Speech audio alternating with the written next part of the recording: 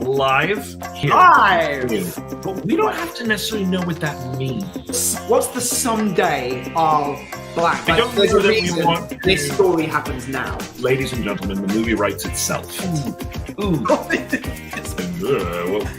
I'm still streaming. How do I stop streaming? No! That's going to make me laugh every time. So that was our new intro. What do you think, guys? Leave your comments for us. Like it, obviously. Ben spent hours. Ben was up until the wee hours of the morning last night making that. I'll tell you, there's a lot of footage to go through in order to make absolutely, I know there is. Yeah, I don't envy the job of editors. Indeed. But we treasure them because they make our movies look good. This is hopefully. true. This is true. Never would be without them. So, good morning. Good morning. Happy Lustig. Tuesday. We are Tuesday, September 20th, 2022. We are now 7 days, our 7th day of live streaming this process of writing a film from scratch. And I've got to say, I've been really enjoying it.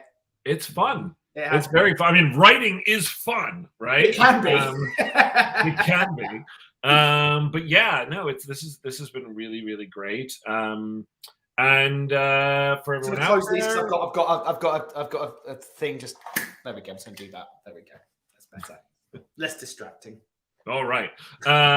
There's, in case everyone was wondering, Jake had a thing.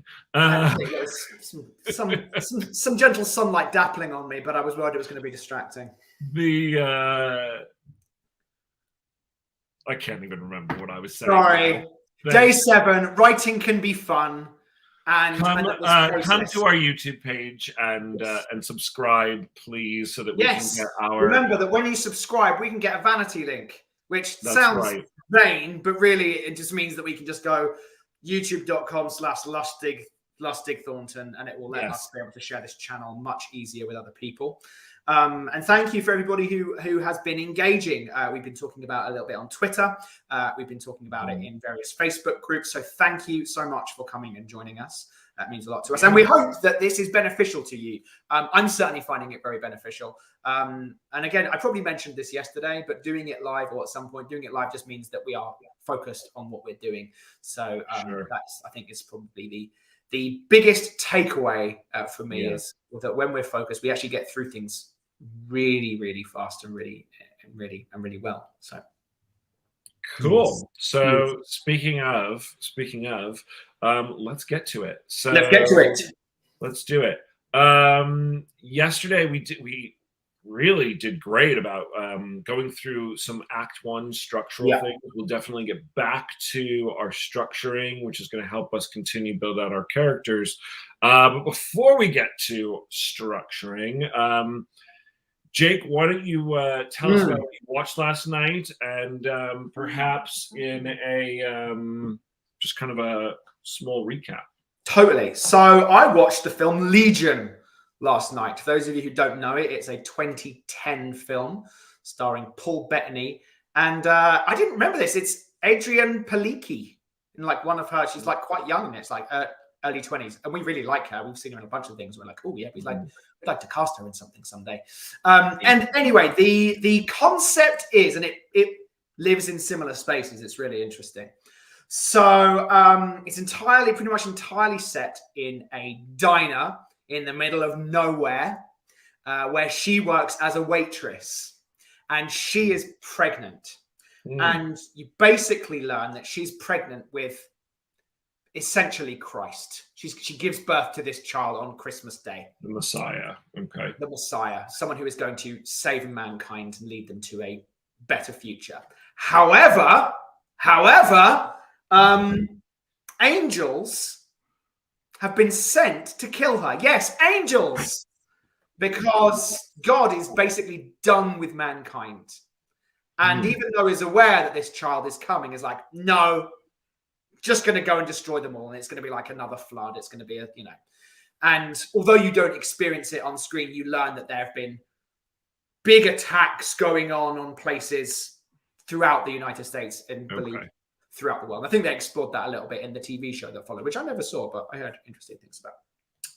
Anyway, in Terminator Parallels, and I was laughing because I was like, oh, wow, this really is right. You know, Yeah.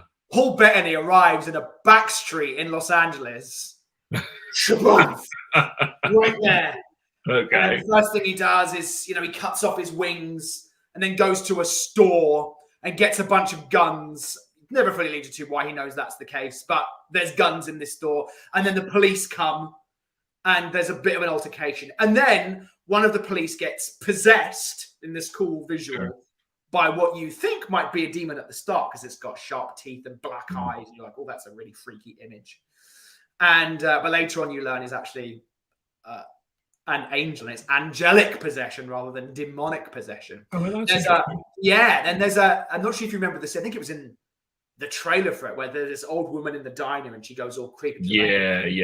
Bang! One of the more memorable moments. Someone. Yeah. Well, that's actually an angel. So they were playing with the concept of evil angels. But who are actually working for God.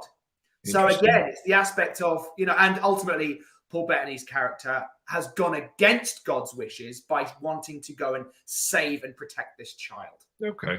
So there are absolutely some parallels of what is good, what is evil, angels, although not demons, they do demonic. Yeah. I mean, Doug Jones plays this. I love Doug Jones. Plays this ice cream delivery guy. Yes, I remember that from the trailer. Yes, scallops across. Anyway, it's not.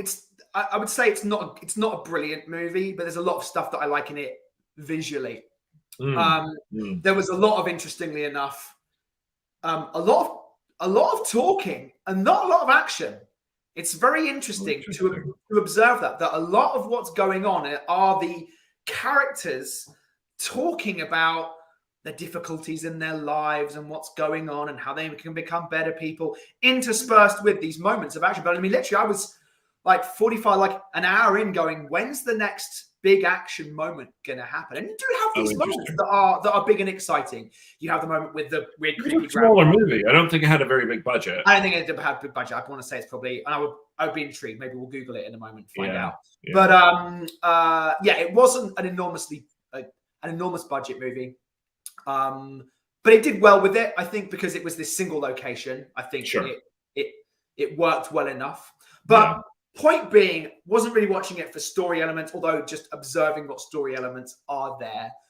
Again, as we mentioned a minute ago, angels, what side are they on? What does it mean to be good? What does it mean to be bad? But I think tonally, and I think this is going to be something that we're going to experience as well when we watch some of these other movies.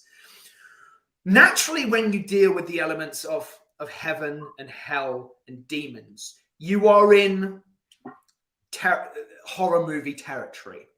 Scary images territory. You know, when creepy grandma appears and her teeth go sharp and the eyes go black and she literally bites the neck out of this guy and then fucking walks on the ceiling exorcist style. Yeah, it's like exorcist style. You know, tries to run at the guy. You know, it's freaky. It's a horror movie moment. So I'm just reminded that so often, again, even in things like Constantine, there's images in Constantine. There's a horror element. Real horror element. Don't do that. What if we say, rather than going horror, we go more Hellboy?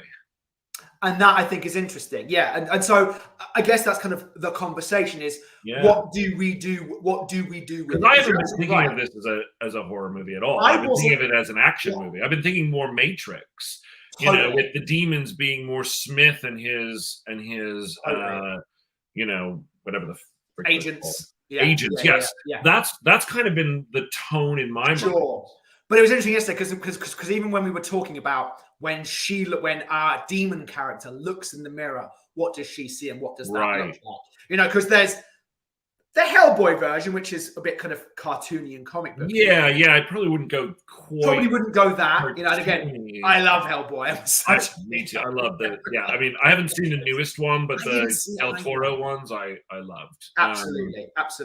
I wonder though, like, I've been thinking about The Devil's Advocate. Do you remember that movie with Keanu Reeves? Yeah. And I remember this really creepy image of the the friend's wife Yeah. when she turned into like part demon at one point, Yeah. and it was like in a flash, but it wasn't like, I wouldn't call that movie a horror movie, No. but Sure. it was demonic.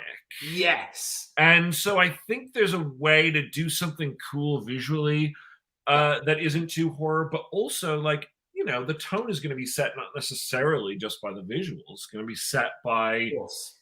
what we do What's in the set pieces, yes, how they what's happening. behave. Yeah. Yeah. I mean, like I said, when grandma comes in, you're like, there's something off about this woman. And then she starts behaving, and then she's you're like, worst nightmare, creepy grandma. my childhood nightmares come true. Yeah, yeah. Totally. But anyway, so I think again, just being aware of certain story, but again, you know, I don't think people are going, oh, that's just like Legion. But again, it's going to play. It plays in a similar space, and I think again, it's like just honing down on what those visuals are going to be and in what way they contribute to it. But again, like you said, I don't think it's a horror movie either. And it's that thing, isn't it? Like we were talking the other day about Terminator. I was like, it's kind of a horror movie. Like, no, it's really a thriller, and I think that's right. Mm-hmm. And there's moments where you're absolutely scared. You're like, oh fuck, you know, when Arnie carves his eye out, like, oh fuck, you know. There's definitely slasher movie elements in Terminator for sure. It's like this unstoppable force that's just going to kill you. I mean, very much feels like a slasher movie. But yeah, I mean, it's not.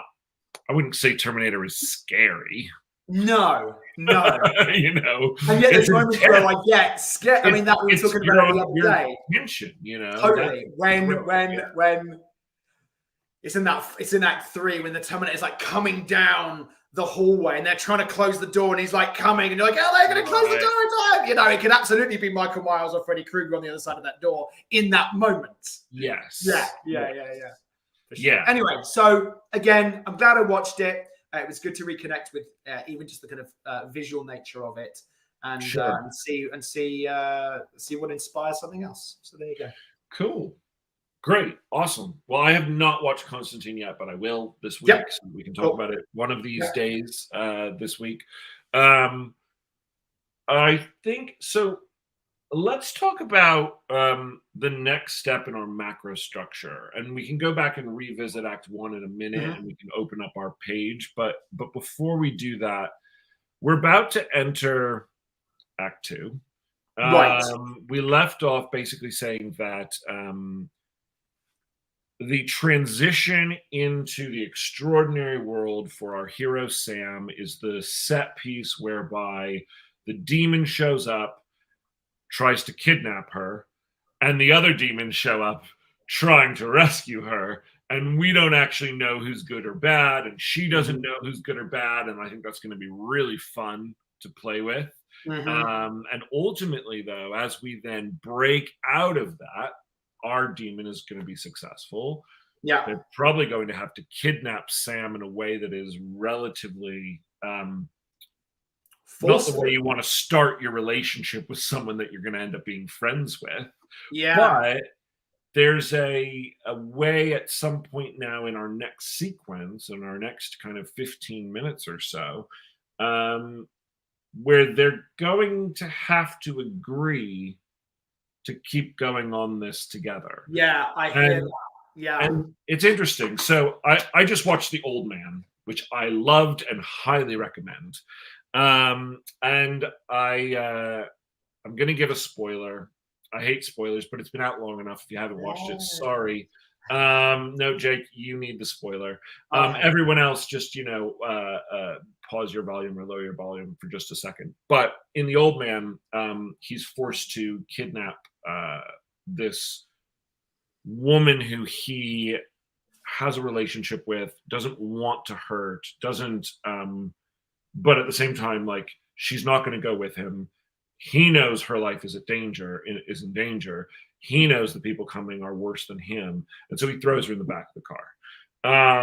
And there is a version of this too. Like, then, the way that they get around it is he pulls into like this clearing in the woods whereby he knows that it's safe. He lets her out of the trunk and he says, here's your chance, but here's the truth of what's going on. And they semi agree to continue on this journey together based on the information presented.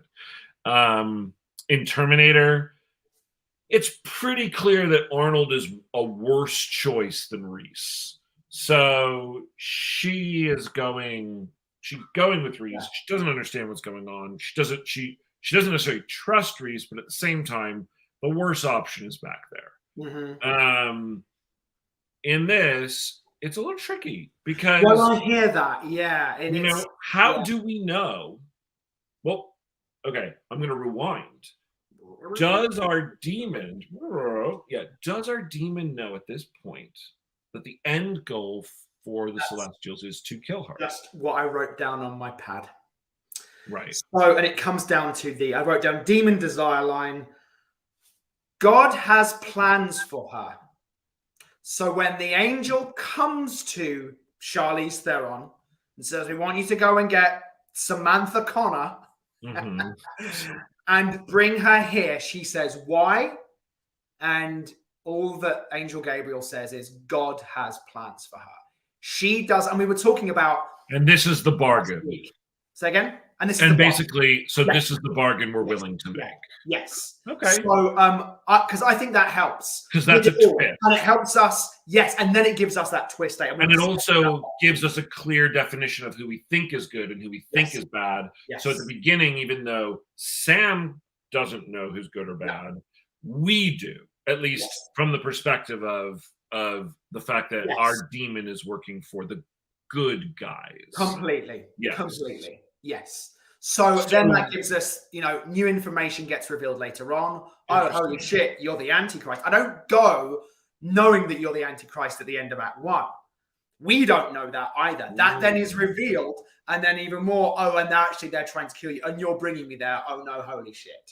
Okay, cool. I mean, I think that's definitely the cleanest path forward. I'll say that the one thing that it loses for me, but I don't really know the solution. The one thing that it loses for me is kind of the interesting nature of our demon being, quote, the person, the bad guy in this scene, and the other demons being, quote, the good guys to the extent of the audience's perspective.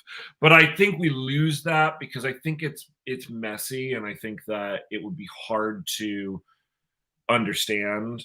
And that's and I agree. But what's interesting is you can still have the moment whereby Sam doesn't trust anyone because our demon, we've talked about this a little bit, like if you can see her demonic form, let's say in a mirror, Sam could catch a glimpse of it. Oh, that's interesting. And it's like, holy fuck. And then our demon does have to knock her out and throw her in the back of the car. So that's what I mean, and also, like, as we were talking yesterday, this this end Act 1 set piece into Act 2. The things that are coming after Sam, these demons who are, although we don't know it, actually trying to save her life because she, is on the side of, she's the Antichrist. They're trying to capture her. They're trying to capture her. Exactly right. They would love to kill the demon who left their ranks. Absolutely right. But like, can Sam see, just as they're killed, something happens, and she sees an element of like, oh, what the fuck are those? In the same way as Sarah Connor sees Arnie. Arnie gets shot, and there's no way that he would have survived that. What happens? He gets the fuck up, and she's like, what the fuck is going on? I think Sam should witness a bunch of this fight. Yes. And then, but not understand why, if I've also seen that our demon is also one of them. I don't think she should see that in this fight. I think that can happen as a complication further. And why wouldn't she just go with her automatically? I mean, here's the thing. Sarah Connor goes with Reese because, as you said, in that moment, she presents the best option. But I think there's something more interesting that we can do that isn't just that. That's what I'm saying. I think that there's a way to not just do come with me if you want to live and so I go. Yeah. I think it's come with me if you want to live. Why the fuck would I go with you? You're a demon. And then it's like, fuck. And it gives a complication to their relationship instead of a clear, maybe. I'm helping you and I'm the victim. Because I think that there is something that is, I think there's a way that we can play out that very similar sequence in a new and interesting with a new and interesting dynamic, because I think our demon isn't Kyle Reese. She's not she's not this. Well, she's nice the Terminator, as we said, she's the type, she's Arnie in Terminator 2. Yeah, but I think she's probably got a lot more attitude. She's still a demon. I think she's not exactly going to just like the fact that like this girl is fighting with her at all to go with her is probably fucking annoying. And like I think there's a really great kind of, we're going on a journey together. I want to see a relationship between these two characters that's more complicated. With the knowledge that I know what you are. Yes. And that's what helps with that complicated relationship. I hear that. And it's like, so, how old are you? 6,423 years old. What? I bet you've seen some shit. Oh yeah, honey. Like whatever that is, you can have. Yeah, but I think like even like that kind of casual conversation I think that's an evolution of their relationship. But I think we get to, start off our act 2 with a conflict-based relationship. It adds drama to all of those. Totally. And again, it comes. You have taken me hostage, and is from Sam's point of view, and from Demon's point of view is I just saved your fucking life. Yeah, those things back there, you don't want to know what they're capable of. Have you seen Hellraiser? It's like that. Speaking of which, the new trailer for that drops today, and I haven't seen it yet, and I'm excited. Yes. And then she comes to again, Sarah Connor, Carl Reese style, the Duke and Jack in Midnight Run. They start to develop a camaraderie together.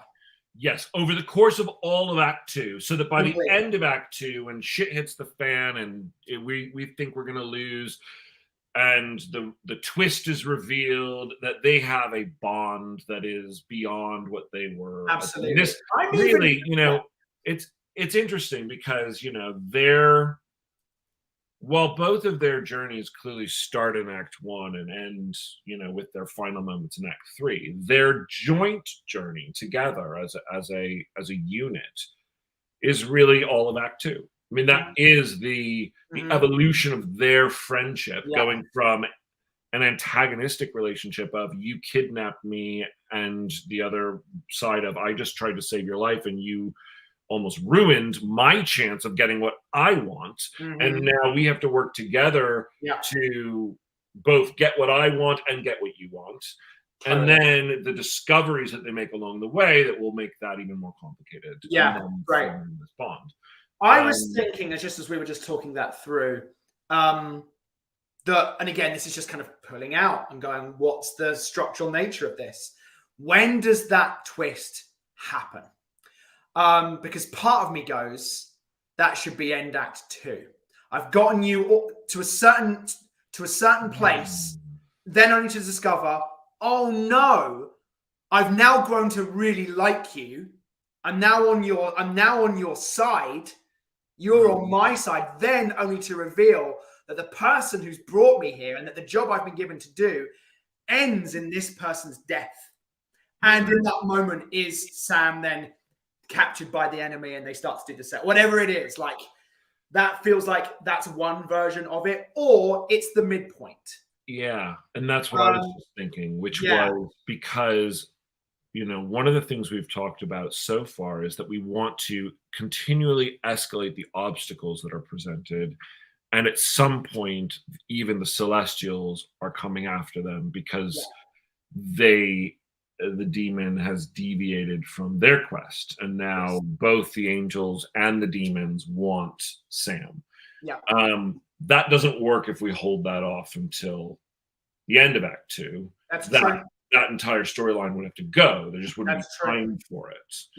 You might have a moment of it. You might have one scene of it where she has to fight off Celestials. But then also, I will add, then at that point, the idea of we're trying to get you from this place to this place changes too, because once they learn that, they're not going to be doing that anymore. Yeah, no. Then it's about well, so here's I would say the cool thing about that, right? We talked about how quickly, number one, it is to travel today versus in olden days. And if we are going to go to, let's say, Israel, right?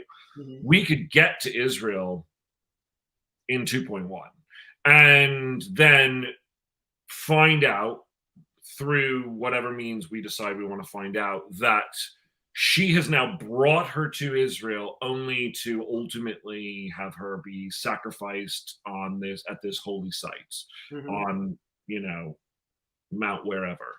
And that the turn then becomes, fuck, we are in a strange environment where it isn't necessarily easy to hide. The Celestials are coming after us. The demons are coming after us. There's another potential party that is coming after us. And ultimately, the darkest moment is Sam is captured and brought to said site whereby the sacrifice is going to be. I mean, I think either way, that's what's going to happen there. I mean, I think, look, unless we can think of a really great counter to that traditional structure, and we've done this in other movies before, I think that this story naturally lends to the Act 3 moment being our hero is in a position where it feels like she's going to die and there's no way to stop. Completely. Absolutely. That in this story would be the people who want her dead being the Celestials, and that's been the big twist that happens in the middle of the movie. The Celestials have got her. They're the ones who are going to take her soul and stop the Antichrist from coming. And you know what's kind of interesting about that? This could be fun. Okay, I'm just going to toss an idea. What if we establish in this the opening set piece, right, where we're talking about her working with the demons still? Charlize is still working with her demons. What if there's a demon buddy who Charlize basically was? Oh no, actually, we went away from that. Now the set piece. Sorry, it doesn't matter. It's all still fluid. The point is, the idea is, if there is a demon who was friends with Charlize back before she rejected demon culture, does Charlize go to the demons for help in 2.2, knowing that she's going to ultimately make essentially the deal a counter deal, which would be, if you help me save her life, I will help you save her life also. We can work together, but here's the deal. You cannot make her the Antichrist unless give her the opportunity to prove that she has free will. Like, do they make a bargain whereby the demons say, if she goes down the dark path on her own, we get her. Right. If she chooses to follow the path of normal, of light, then we'll leave her alone. And that's the bargain we're willing to make, potentially because they believe she's going to end up following the dark path, and we'll get our Antichrist. Versus if the angels stop it, then we'll never get it. Perhaps, although I do. There is just something nice about. There are X amount of groups after us. We're not on anyone's side. True. We're not. I'm just wondering who our demon's ally would be in Act 3. Are they just going in half cocked? I mean, who is Sarah Connor and Carl Reese's ally? But there's only one person going up against them. I mean, as bad as the Terminator is, in Midnight Run, there's no one trying to help them. There is no one trying to help the Duke. And there's no one trying to help Jack. When it all starts to go wrong, you've still got all these multiple groups. Then sure. Does the Duke get captured by the bad guys in Midnight Run? He does. And so Jack by himself has to go and save him all alone? Yes. Okay. And he does. And it works great. Right. Yeah. Sure. So there is a way to do it. So I wouldn't, it's it feels at the moment like it's a really big deal, but I guess in theory, what our celestial is doing is against what they should be doing. So it's not like they'd have an army of angels with them. They'd have like 2 or 3, and the demon horde could be coming after them, but that's a when you just said something, I just clarify what you mean. Why is the celestial, why are they doing something wrong? Well, one of the things we had talked about previously is that in a previous session is that God, this is not something that God approves of, going down and interfering in mankind, period, the end. They're not supposed to do this. This isn't Legion whereby they've been given the instruction to kill this person. This is this angel taking it upon themselves to say, I'm not going to take the risk. Okay, so the Antichrist is coming. Gabriel's gone to God and said, hey, the Antichrist is coming. And God's like, you know what? I can't be asked with them anymore. Yeah, I mean, I don't know. There's versions of God whereby there is none. I mean, whereby like God left a long time ago. I mean, I've seen different versions of fiction where it's like there's no one. They left us with rules. He left us with rules and then took off. In the same way that, like, he left us with the 10 Commandments, and where is he? And told us to figure it out. And like there's a version whereby there is it's not about even going to God, but it's about saying like this is against the rules, but I'm doing it anyway, and other angels or other celestials would not approve. Or God may find out and come back, or something along those lines. Yeah. I mean, because ultimately, the broader belief would be all of this is God's plan, and you're interfering. Mm-hmm. Sure. Yeah. So if God believes that this woman truly is this prophesied bringer of doom, then that would be part of God's plan as well. Depending on your level of belief. Yeah. And again, I think we can look. It's an action movie and it's a popcorn movie, and I don't think we get too deep or heavy. No, sorry, but again, even in something like Legion, all this is explained.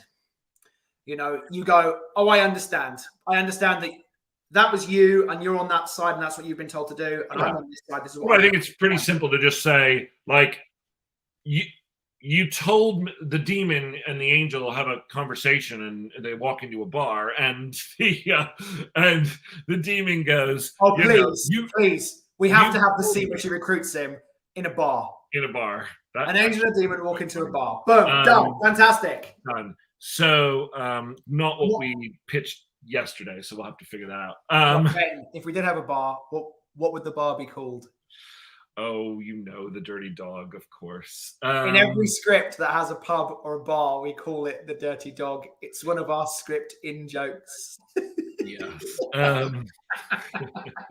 So basically what I'm trying to pitch out before being interrupted by Jake. What I'm trying to pitch out is that basically she says, you told me God was on board with this, that the mission that I was on was that God had plans for this woman and that they were going to grant me mortality and a soul. And now you're telling me they have no idea that you've pulled this all on your own.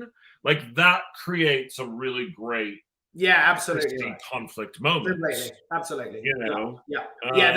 That this thing, like, it was all a ruse. It was all a ploy. Yes, great. Okay, cool. Let's write some of this down in our document, because otherwise I will instantly forget it the minute this podcast is over.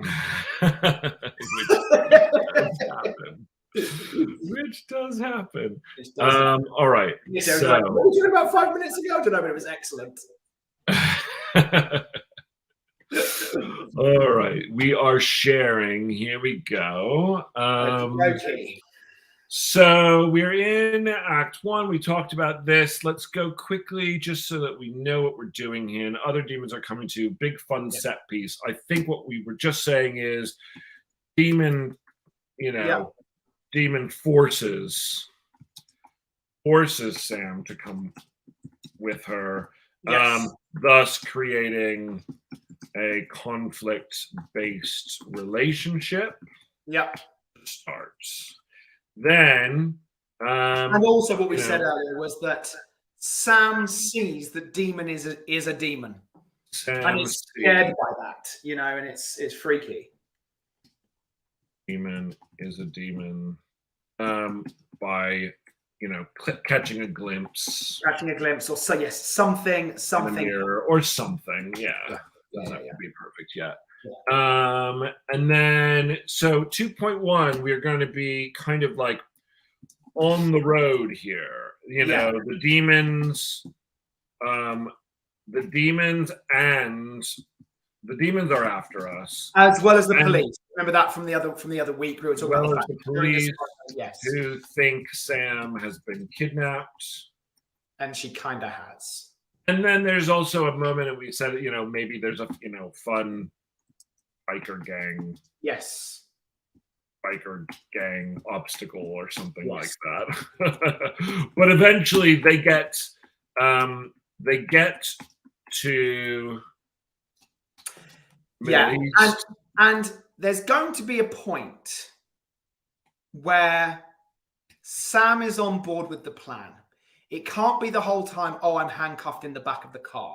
No, yeah, absolutely. And I think that probably happens relatively quickly. Like there's got to be the scene. Demon is going to explain, hey, those things are like the scene with, where Sam gets the lowdown. Yeah.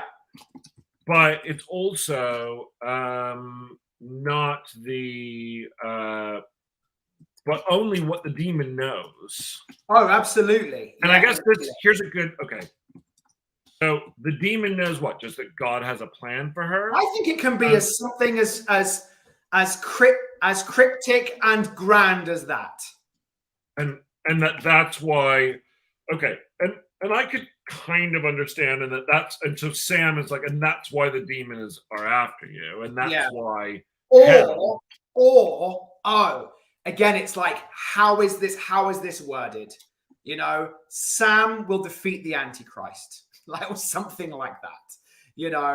That's confusing to me. Yeah, no, I understand the wording. I prefer at the moment what you're saying, which is a broad, God wants her there. She's being requested to go there, but I guess my question, and this is just something to also work out. I understand very cleanly that angels are not allowed on earth in a physical form, thus they cannot interfere in humanity. Demons have broken that rule, take a physical form on earth because they don't give a shit about the rules, and interfere with humanity all the time. I get it. Yeah.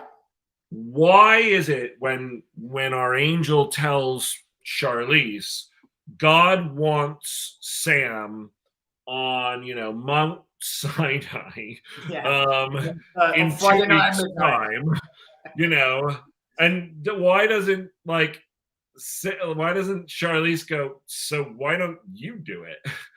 If that's actually God's will, wouldn't he make an exception that you could come down and fly her over there? I think that could be part of the conversation. It's the rules, what he said, and he isn't, I don't think it needs to be an issue. I don't think Sam needs to be suspicious about it because she knows. Well, my suspicion is if God has this plan, I mean, because here's the thing. Yeah.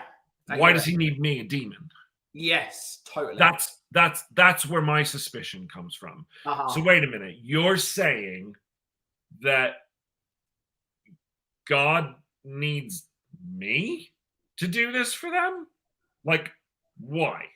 Yeah, and again, I think it just comes up to the whatever, the way that Gabriel is going to explain it in a way that she buys into the idea. Yes, no, I know. That's what I'm. He has to. Yes, what convincing lie can he make that is? Right. And it is a lie, but it has to be enough of a logical lie that Charlize doesn't come across as an idiot. Yeah. And all I'm along, not sure what it is yet, but I don't doubt that we can figure it out. I don't doubt that we can figure it out. But yeah, I think that's there has to be a note here that says, what lie does Gabriel, and it's a question, put it as a question in Act 1. So what lie does Gabriel tell Demon? Okay. We're not going to probably go with Gabriel, are we? No, we're not. No, I'm just using that as a placeholder. Yeah. What lie does Celestial tell Demon? What lie does Celestial tell Charlize? Yeah, Charlize. I would totally go with Charlize. It's definitely Charlize. It's definitely Charlize. All right, Charlize, if you're watching this, there you go. I'm sure she is. We've got a movie for you. In every day. Tell Charlize about the plan that Charlize buys, and so do we. Oh, absolutely. At no point do we think he is lying. He can't. Yes. The twist won't work if we, as any kind of suspicion that they're being used. Yeah. No, absolutely. Yeah, it must be. Yes, it's so the lie. I mean, it's we have to dig in to figure out what that lie is, because think about it. I'm asking you to bring a person there, which is so out of the realm of norms, which has never happened before. Like again, I don't know the rules of God in this, and I'm half joking. It's like, we only just found her and we need her on Friday. We can't get permission for an angel to come down because it takes a month to do the paperwork. It's got to be, could it be like some kind of practical thing that's not just going bing? Like, is there a process whereby it's not as instant as that? I don't know. I'm going to say maybe. And do you mean a British maybe, or an American? British maybe. British maybe. So this is an in-joke between me and Ben. So when an American says maybe, they mean, yeah, maybe. That's an option. Let's keep that on the table. When a British person says maybe, and he's normally saying like, maybe, that's how I say it anyway, it just means no. It just means, it's the polite way of saying the polite way of saying, that's the worst idea I've ever heard. Let's never speak of this again. Let's never speak of this again. Moving on. Okay, bad idea. But can there be, like, again, it's what you're saying.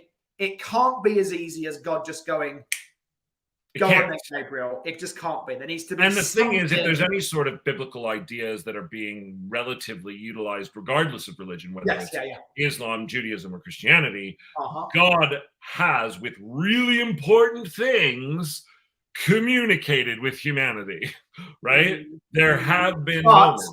Via angels, yes. Well, not always. I mean, not in Judaism. Oh, that's true. Yeah. The burning bush, whatever it is, there is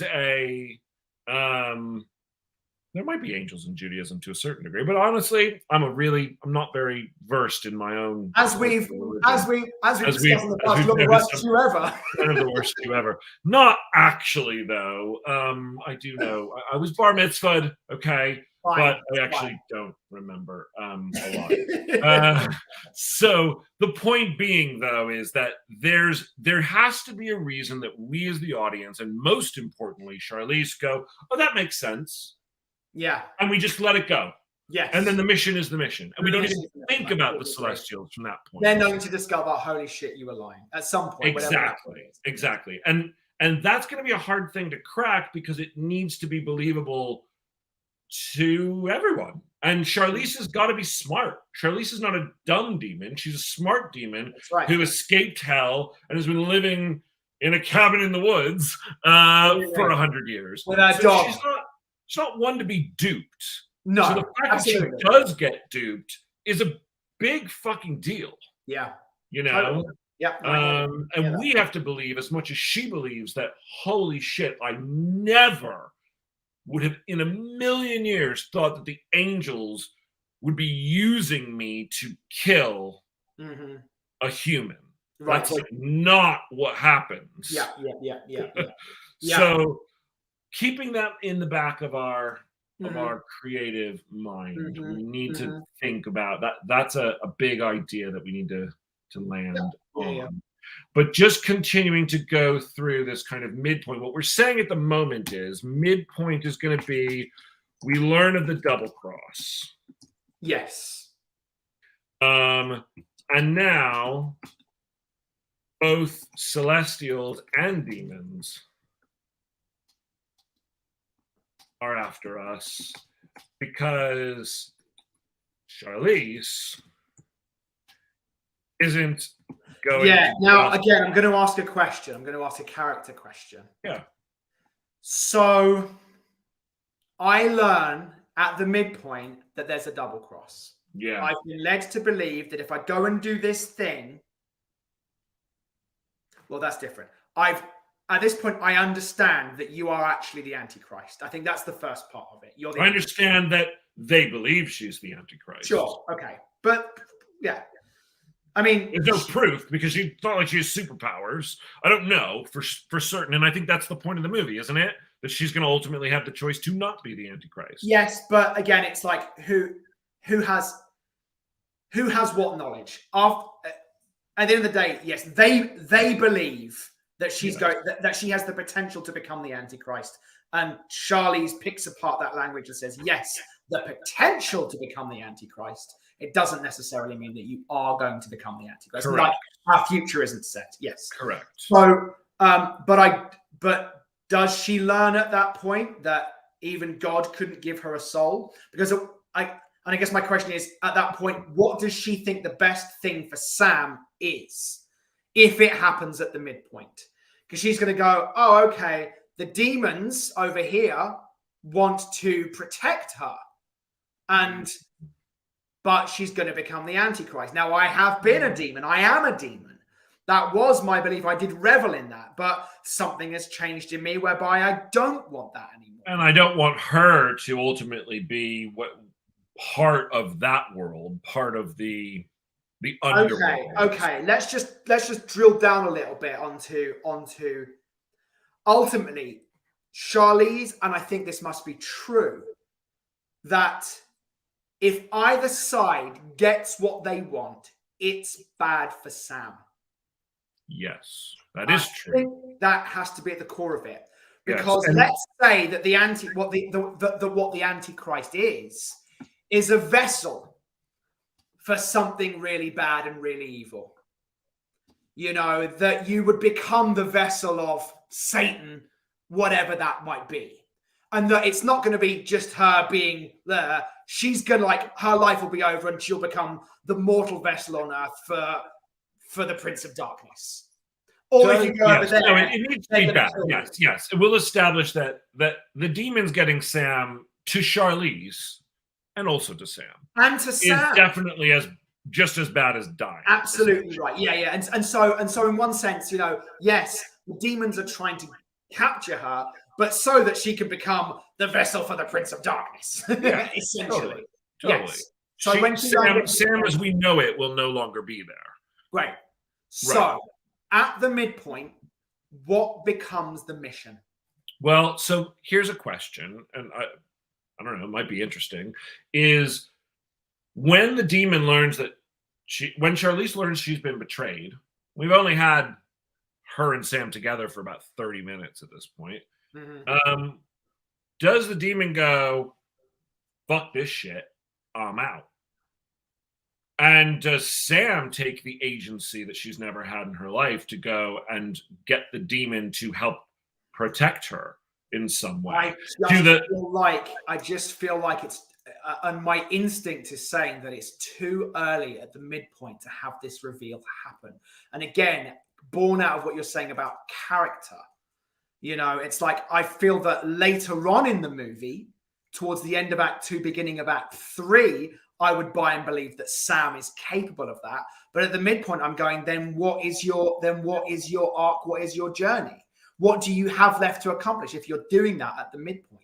Well, that's not necessarily true. When I went through all the Terminator stuff, she does small things all the way across. It doesn't. That feels like the very first time she has agency is the end of her arc. Even when she does her first field dressing is a moment, and it's way earlier. It's nowhere near the darkest moment. But it is in 2.2.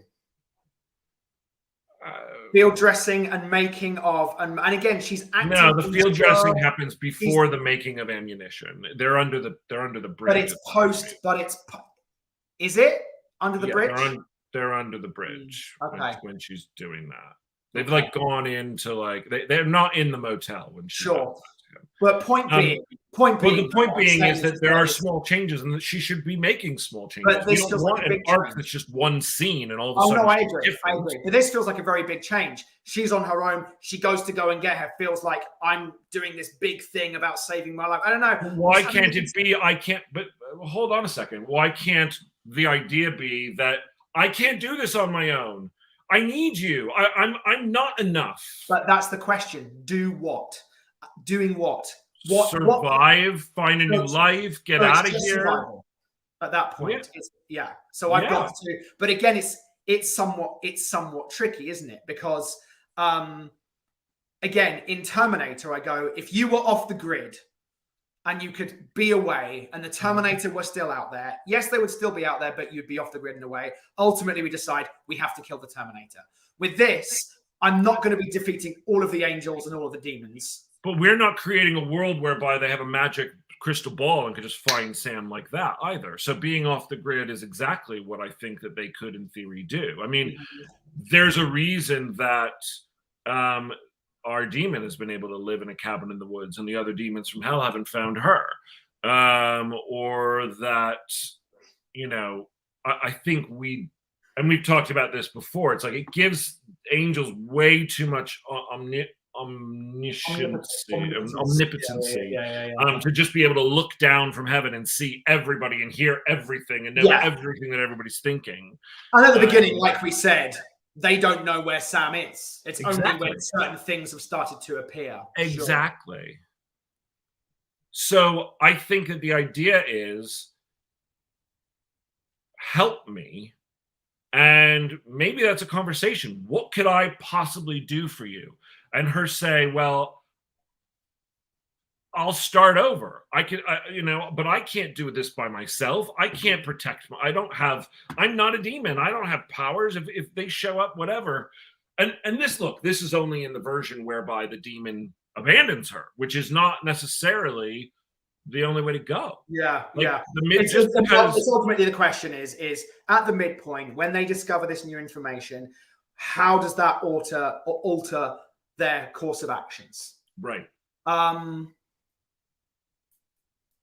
Because we've got to have a new turn in the story, and ultimately that turn in the story is going to cause the Celestials to have to get involved in a way they never thought they would, because now they're going to have to take physical form on Earth, which is really breaking even more rules than they were even trying to do in the first place. Yeah, and there must be a reason why at the end they can do that, but they couldn't at the beginning. The paperwork's finally been done. Again, it works. I don't think it's about can't. I think it's about again, like what they're allowed to do, and getting caught would have repercussions. And then how far are they willing to go? It's funny. It's like watching a CIA spy movie, and it's like, at first we only get involved this much, but as shit goes down more and more and more, we're going to risk getting caught because the ends justify the means. Yeah, it's a tough line to walk, isn't it? Because earlier on we were just kind of saying,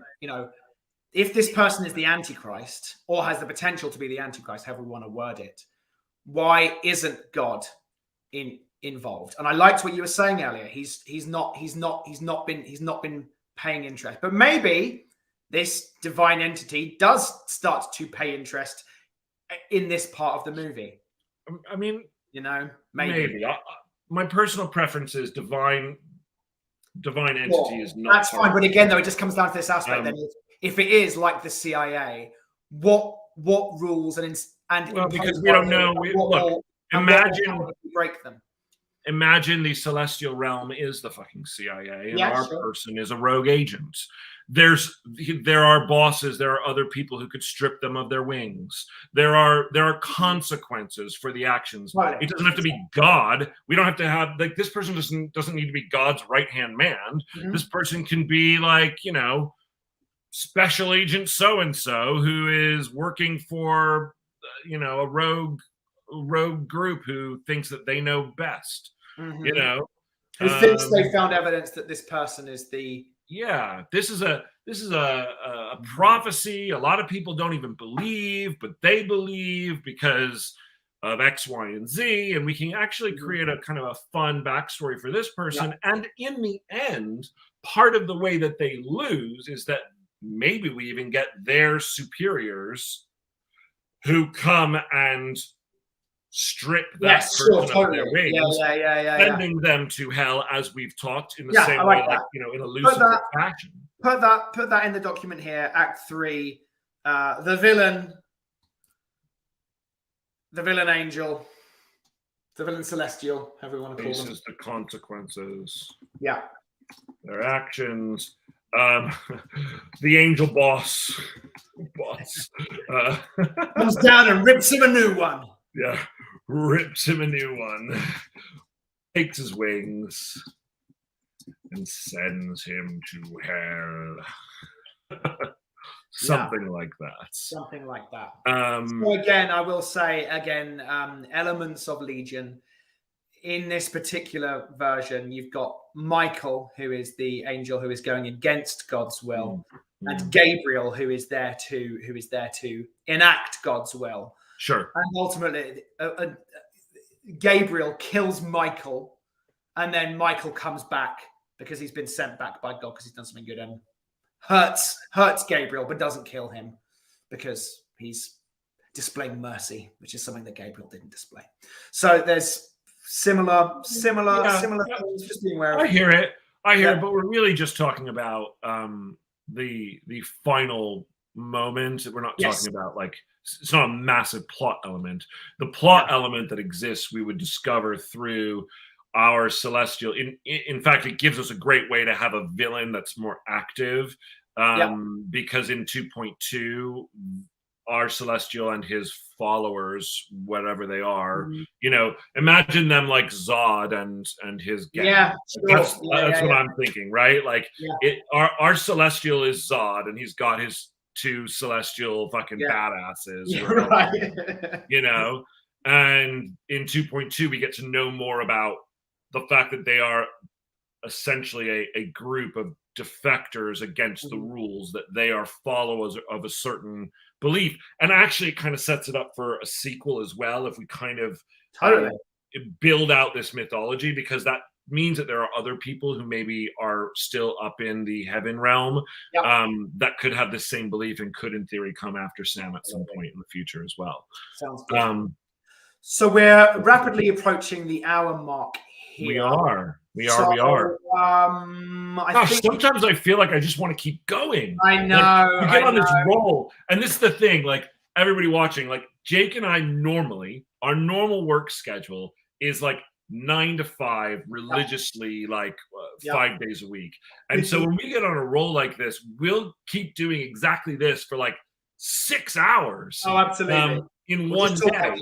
And it's so hard with this format to only do 1 hour on this script, because we really do want this to all be live and unedited and unfiltered and have this experience. But I'm like, no, I want to spend all afternoon working on this project. And it's good that we want to do that, though, isn't it? Because it means that the motor's running. But I think we should wrap up now, because we should. Please, if you haven't already, subscribe to our YouTube channel. Share this with people on Twitter and everywhere else. It's so much fun to have people here and participating and watching. And of course, we always would love your comments and feedback and even questions. Yes. Reach out to us. You can reach out to us on Twitter. I'm at Jake Thornton. Ben is at Ben underscore Lustig. Yes. Ben Lustig was taken already. And that's right. And you can also find our Facebook page at facebook.com/Lustig Thornton, where you can also find other news and updates on various things that we are working on. So, Ben, great.